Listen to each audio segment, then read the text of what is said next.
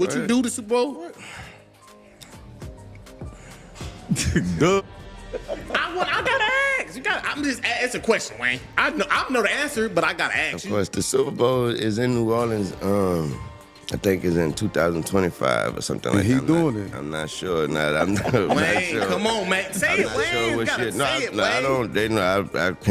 I will not lie to you. I have not got a call. Hey, Jay, like but I'm camera folk, Jay. But we all praying. You know, we praying. We keeping our fingers crossed. I'm working hard. I'm gonna make sure this next album and everything I do is killer.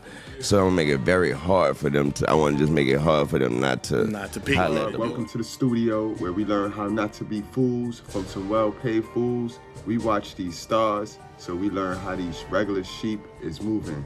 Now this one is crazy, guys. So let's get into the details and then we come back and give our thoughts on this. Okay, you guys, so it's getting messy. So Nicki Minaj just dragged Jay-Z. Now this all started after Kendrick Lamar announced that he will be headlining the 2025 New Orleans Super Bowl halftime show. Now after this was announced, it started going around that Lil Wayne was snubbed for that position. So shortly after Kendrick Lamar made the announcement, Lil Wayne's manager spoke out and said, confused, disappointed, angry, but most of all inspired. Will never again be in a position or have the GOAT in a position where we are at the mercy of someone else's decision.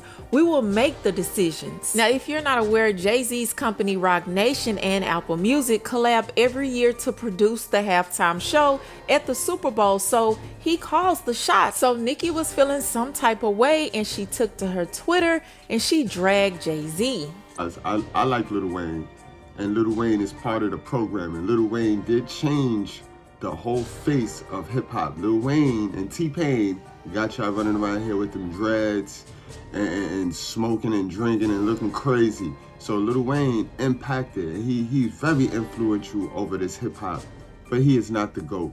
Nobody that don't write their own rhymes can ever be called the GOAT, all right?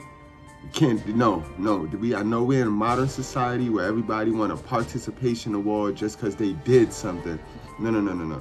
You didn't write your own rhymes. You just as good as Eazy-E. You just as good as your boy Drake. In fact, y'all team, y'all ushered in the let's look good and pay somebody to write our rhymes. So you're not the GOAT. He's not the GOAT, all right? He's not. Compared to Jay-Z, Jay-Z is the GOAT. Now, say what you want. He might have jacked a lot of Biggie rhymes, but it was his rhymes. You know what I mean? Ain't nobody wrote Jay-Z stuff. So she said, denying a young black man what he rightfully put into this game for no other reason but your ego, your hatred for Birdman, Drake, and Nicki got you punishing Lil Wayne. Lil Wayne, the GOAT. NOLA was good. Eminem stood firm on having 50 Cent come out. A white man, ish sad house and team, but it's good for them. No loyalty, wealth, that end will keep sunning you. And then she said one end took a knee, the other end took the bag. That's what we're gonna do. We're gonna use the race card. We're gonna use the race card for this situation. Now, how foolish is that? So then we should just take the opportunity away from Kendrick Lamar, right? Who he got that song, right? And he us.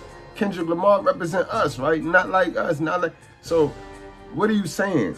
He gonna take it from Lil Wayne, who is a black man, and give it to Kendrick Lamar, who is a black man, and you gonna blame white people? See what I mean? Foolishness, bro.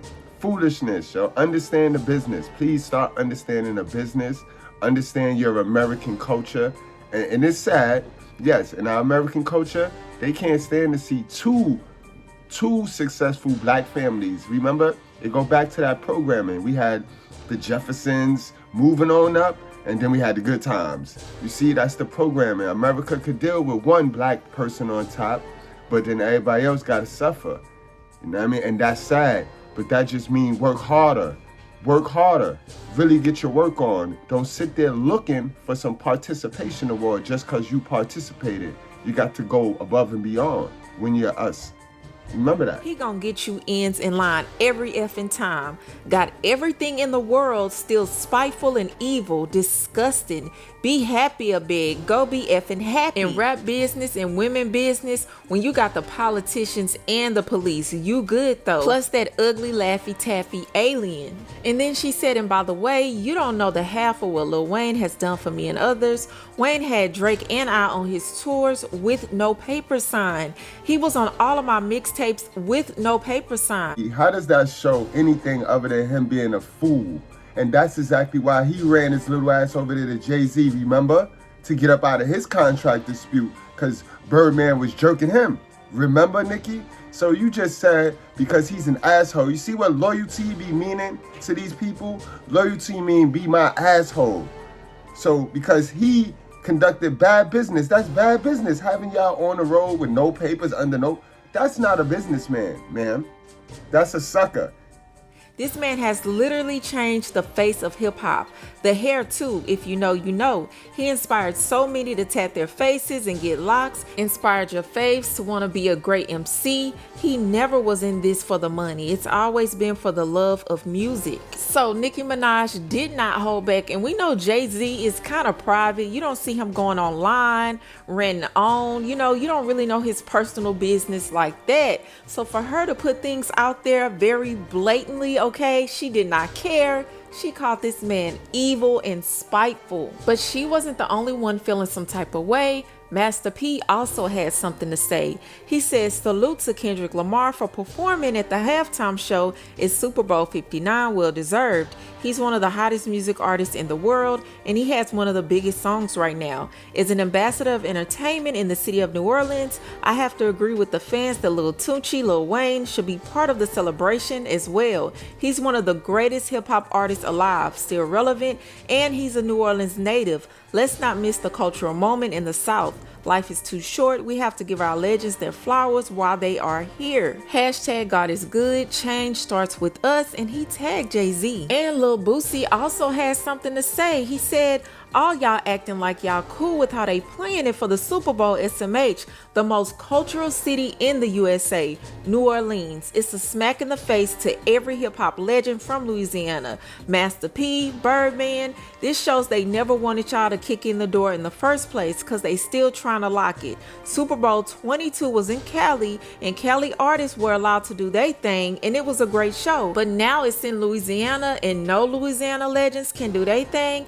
Hashtag I don't respect. I don't get it. For Lil Wayne to not even get a phone call though, because we all know hip hop ain't the same no more. It's all fake now. Everything fake is the new real. So for him not to get the phone call at least, Master P, Bout It, is those songs that old?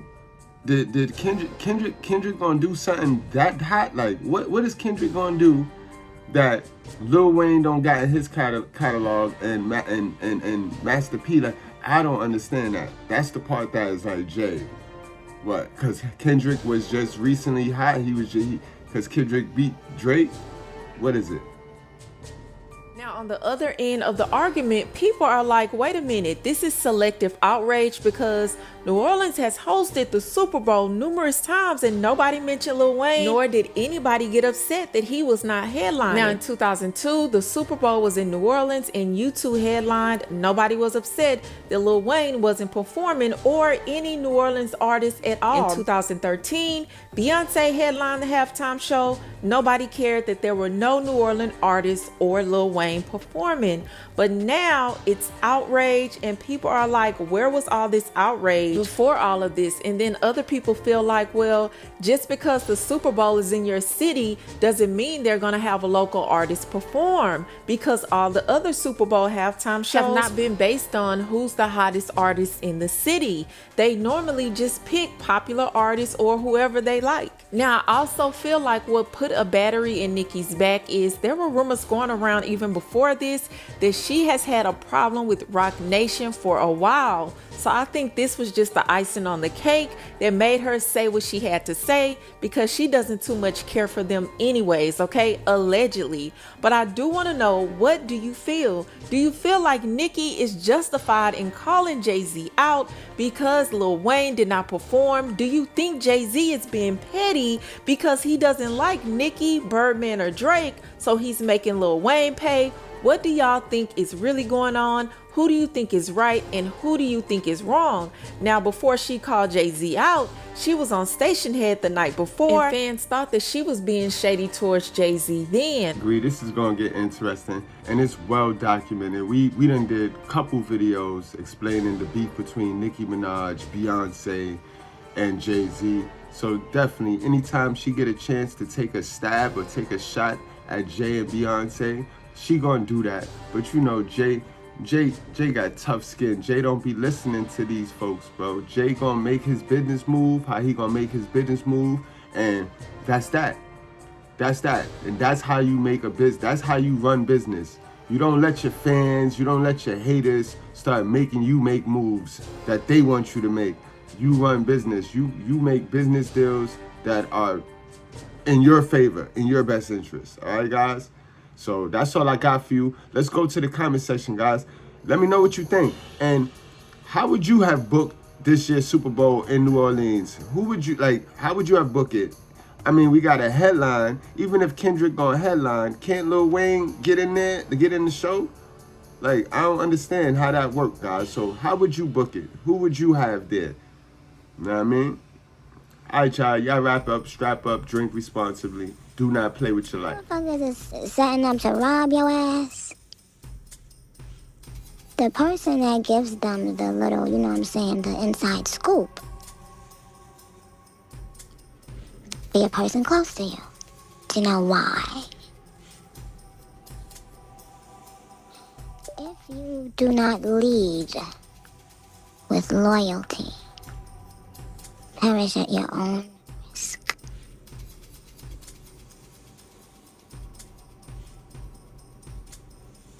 Had there been loyalty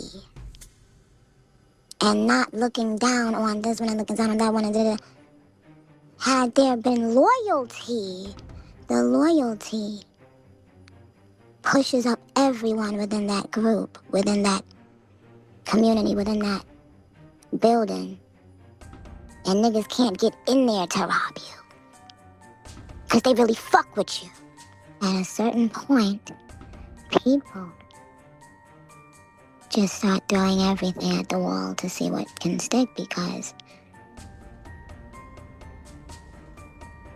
a lot of times people are mad that, you know, they still even have to work or deal with the public at all. But sometimes greed pushes, you know, people to do many different things. But let me tell you something. No matter how much lipstick you put on a motherfucking pig, it's still a motherfucking pig.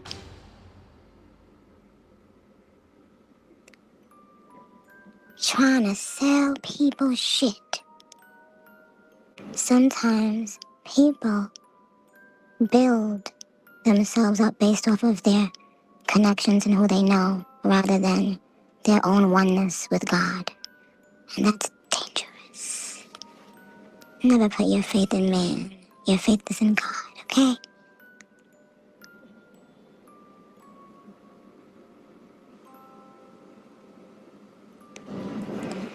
So when your whole existence is wrapped around someone else, you better hope and pray that their time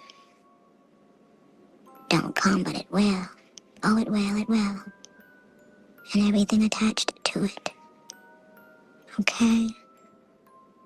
Because God will get the glory in the end, always.